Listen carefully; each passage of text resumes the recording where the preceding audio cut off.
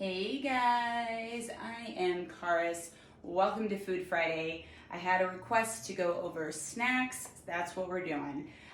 This is all shit that I already had in my cupboard. Like, I am a snacking bitch. I'm also a hangry bitch, which is why I usually have snacks on hand. I hate cooking, and I know myself well enough to know what kind of foods I need on hand so that I can make the best choices for my goals. And remember, your goals don't necessarily have to be fat loss, but maybe lowering your blood pressure or improving performance or gaining muscle. And so you really need to think about what your goals are before you decide which way to go. But the main thing that you need to do is you need to be prepared no matter what. And the biggest reason people fail is that they do not get prepared, and then they make shitty choices almost across the board. So these are all the things that I eat fairly regularly.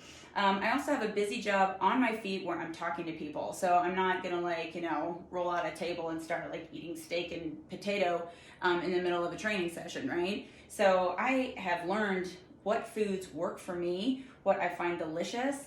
The other thing that we'll be covering though is snacks for when you're just sitting around the house bored, right? Because that's really when snacking is the biggest issue for people. And I get it too. Like, I love it. Sitting around and eating is relaxing and nice, and it's a nice way to connect with people. Like, I get it, right? You just have to figure out for yourself the kinds of foods that you like to have. What are your non-negotiables? Like, I gotta have ice cream once a week or I'll fucking kill somebody. Cool, have ice cream once a week. So let's start with the morning. I'm a morning exerciser. I always drink an intra shake, meaning a 2-to-1 carb ratio, carb to protein ratio shake while I'm training. That's another non-negotiable for me. I started doing it when I cut weight a little while ago, and I can't imagine training without it. I don't train on an empty stomach, period. If I need something with a little heft before I go in and train, Fuel for Fire. These are one of my favorite products ever. I use them for hiking, training. They're in my bag, they're in my car, they're in my fridge, they're everywhere. And they have usually like a 2-to-1 carb to protein ratio. This one has caffeine in it, so if I need an extra kick in the pants, this is the one I'm going for.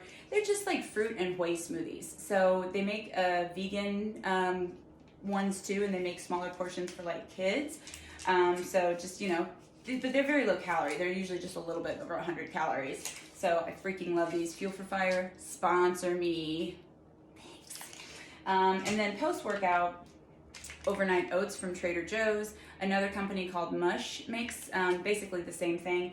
These are cheaper, sorry, but Mush is also delicious. They have other flavors. Trader Joe's just has this one. So this is a carb source, right? And so you have to think about too, in relation to your workouts, how you want to time or space out your macronutrients. Generally speaking, you want protein all the time.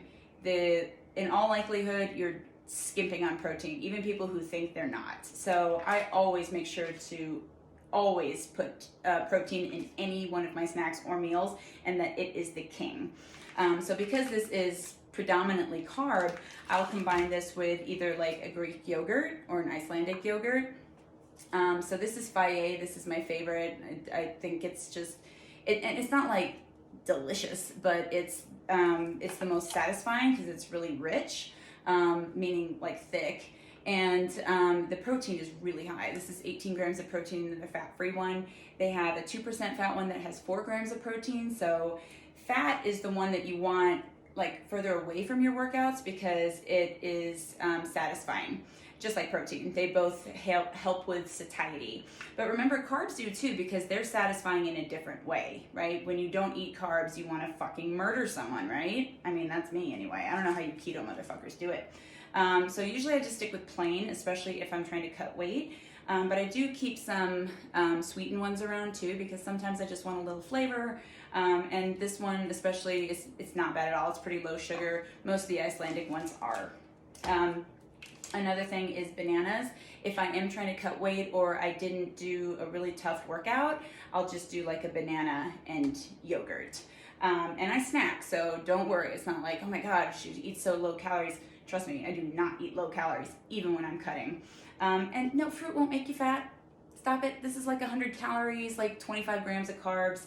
And it's fruit, for fuck's sake. So it's easy to transport, it's cheap. You cannot go wrong with fruit, okay? And speaking of fruit, one of the things that is like naughty for me is dried mango. I know when I'm getting a bag of dried mangoes, I'm shame eating that shit in my car. It's never even making it into my apartment. And you know what? It's okay, because it only happens sometimes. So there are these like pre-portioned dried mangoes. This is another Trader Joe's brand. But there's another one too. It's somewhere in my cupboard. I don't know where the fuck it is. I try to hide it from myself because I'm like a fucking dried mango monster. Like I could be on Sesame Street. It's a whole thing. I love bars in general though. So Lara bars are definitely one of my favorites. Talk about clean. And when I use the word clean, it means that like whole food ingredients pretty much. And I know people are kind of shying away from that word, but I like it because I think that it makes you read fucking ingredients, which, hello, you need to fucking learn how to read ingredients, and you need to learn how to understand calories and macros as well. So this chocolate brownie from Lara Bar is fucking amazing. It's so good. And so you see I have a lot of chocolate with my bars because I love chocolate. So this helps to like scratch the itch with sweets, which, man, I don't like to restrict any foods, but sweets are really hard on my body at this age that I'm at. Like it hurts performance, my mood. I'm like the Exorcist, like seeing shit and sweating profusely. It's like, it's worth it sometimes, right? But I just really have to be careful about when I decide to eat sugar. Because, and when I say sugar, bananas, sugar, right? I'm talking about like cookies and cakes and full fat ice cream and stuff like that. Because I will really pay for it. And so now I'm at this point in my life where I'm like, it's not really worth it. So these are all delightful. RX bars are good.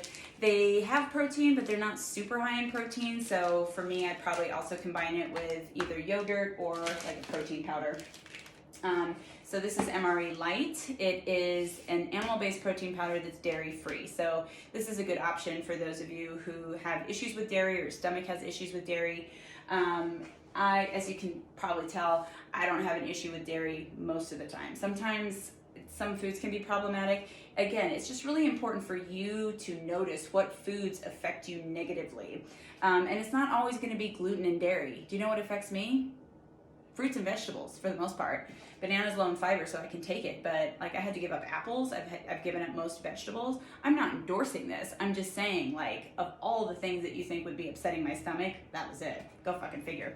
Anyway, 24 grams of protein, low calorie. It's almost all protein. I have also Kind bars.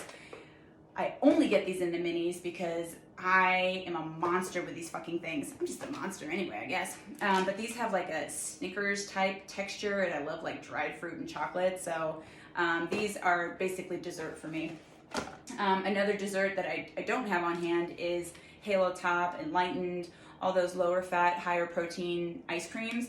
Huge fan of them. They also kind of bother my stomach, so I don't have them on hand anymore. I've actually just really learned to quell the sweets desire, which has been good because most of the shit bothers my stomach and it's just not worth it to me anymore. But I can eat the whole pint, and I am a quantity versus quality girl, so if I can eat the whole pint, I am eating the whole fucking thing. My favorite flavor of Enlightened is like brownie cookie dough, and it's 400 calories for the entire pint. So I might trade in my, stomach feeling good for a day or two to scratch that itch, because Ben & Jerry's is like 1,200 calories in a pint. Yeah, learn to read labels. It's important. Other thing with that, pickles. I'll grab that. Pickles are, they're like a bodybuilding staple. When I'm hungry or bored, this is what I go to. They're crunchy, they're salty, and they're essentially calorie free. So when I'm just bored or just like have the munchies or something, I'm not talking about weed, just like munchies, then these are amazing to have on hand. When I'm hungry and on the end of a fat loss cycle especially, these are a godsend because you really just want something in your stomach, like a feeling of fullness. And again, if you're trying to lose fat, you have to be hungry. And it's a huge bummer, I know. But this is why you shouldn't be trying to lose fat 365 days a year. It should be for a very finite period of time. Otherwise, you're never going to reach your goal, and you're going to be probably pretty fucking miserable to be around. And no amount of like six pack is going to make anyone like you more. Or maybe they will. I don't know. What the fuck do I know?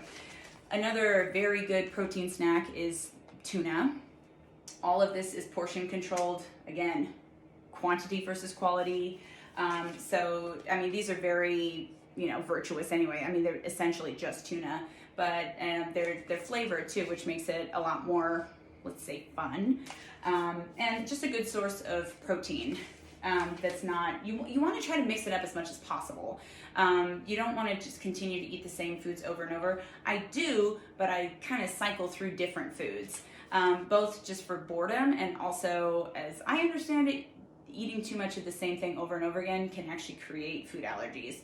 If that's incorrect information, please correct me. I'm just repeating that. I haven't read a study. Boiled eggs. So this is more eggs. I don't know why I said it like that. This is protein, but it's also fat. In fact, it's percentage-wise more fat than protein. Still, in a pinch, it's a great snack that it's a whole food, right? That you can just grab and go. I'm clearly not vegan. So I spend extra money on pasture-raised, not only because they're more ethical, but to me, they taste better, and as I understand it, they have more nutrients to it. So that's why it's worth it to me. And P.S., if you are vegan, I think it's fucking awesome. Great job. Personally, I went vegan for like a month, and I hated my life. My body was it felt terrible. Maybe I didn't do it correctly, I hate cooking, and that makes it even harder, but I just could not hang. And the sight of vegan proteins now just like makes me ill. Like, woo, I can't even. So if you are vegan, good for you. Seriously, I think what you're doing for the environment and for animals is awesome, and I hope to be helping you at least a little bit here. Okay, and then speaking of protein powders, casein. So casein is the more satisfying protein powder, slower digesting. So typically people who are trying to lose fat or gain muscle will do casein at night. I will make a pudding out of it. I'll combine this with like a tablespoon or two of almond butter. And it's pretty delightful, especially with like sliced apples dipped in. It's really, really good. I had to give up apples though, anyway. And I also have a bomb-ass cookie recipe with this that I will share with you another time, because there's just so much to cover. So chips, who the fuck doesn't love chips, especially when you're on your period? So Quest makes these chips. They have some like Taco Fiesta ones that are really fucking good too. Again, portion controlled and quality protein source. It's a whey protein. And I mean, this one, their new nacho ones have like a little higher fat, but it's still mostly protein. So if I'm like having a beer or something and I just want something salty and crunchy, I will usually go with this so I don't completely derail my diet. And then, what did I drop back here? Oh, yes. Jerky. If you are trying to lower your blood pressure, I mean, you obviously want to talk to your doctor or a registered dietitian first, but as I understand it, you should avoid very salty foods. So jerky and deli meat actually are very salty foods. I don't have deli meat right now, but it's another really good snack to have on hand. This from Epic, the salmon, is so good. So good. And it's also lower carb than a lot of jerky. So if you're trying to avoid carbs, you gotta read ingredients, because a lot of jerky actually has a lot of carbs, and it's a lot of bullshit sugar carbs, which is like, carbs from a banana versus carbs that are just kind of like, added. To me, that's just, I want the whole food source as much as possible. And so highly recommend this, and that brand is good. And then rice cakes. Rice cakes are, you have to chew them a lot, so they aid in satiety. Peanut butter and honey on them is awesome. Laughing Cow cheese and like deli meat, something like that. Such a good snack. So I went over a lot of things that you can eat in your day-to-day. And again, you got to just learn about yourself, learn about what you like, and learn about what you can do realistically with your schedule and your personality. Happy Friday. See you guys later.